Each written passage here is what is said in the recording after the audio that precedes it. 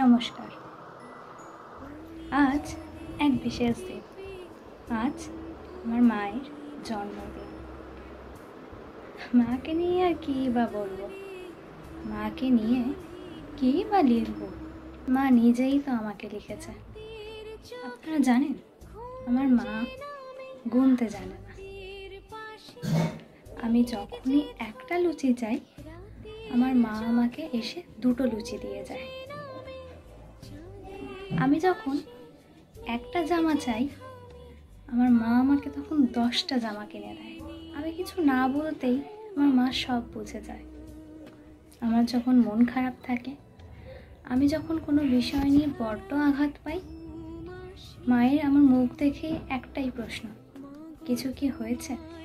ডাক্তারের ওষুধ যেখানে হার মেনে যায়, সেখানে মায়ের মন কি করে হার মানবে? যেখানে ডাক্তার জবাব দিয়ে দেয়, সেখানে মা কি করে জবাব দিয়ে দেবে? মায়ের সেবা শুশ্রূষায় ঠিকই তার সন্তান আবার সুস্থ হয়ে ওঠে। আমি একটু অসুস্থ হলেই আমার মা ঠাকুরের কাছে ধর্ণা দিয়ে পড়ে থাকে, দিন রাত পুজো করে। আমার একটু সামান্য শরীর খারাপ, আমার মায়ের জীবন উতাল পাতাল করে দেয়। কিভাবে আমায় সুস্থ করবে সেই নিয়ে সারা দিন চিন্তা ভাবনা, এই করে নিজেই অসুস্থ হয়ে পড়ে। আমার সব পছন্দের জিনিস আমি না চাইতেই আমার সামনে এনে হাজির করে। মাকে নিয়ে আর কী বা বলবো। ছোটবেলা থেকে শুনি আজ নাকি মায়ের দিন, মায়ের জন্মদিন। কিন্তু একটা কথা বলুন তো, কোন দিনটা মাকে ছাড়া কাটানো যায়?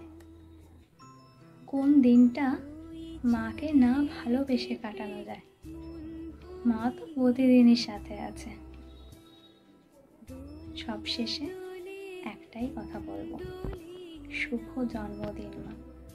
তুমি সব সময় হাসি খুশি থেকো আর আমাকে সব সময় নিজের বুকে আগলে রেখো।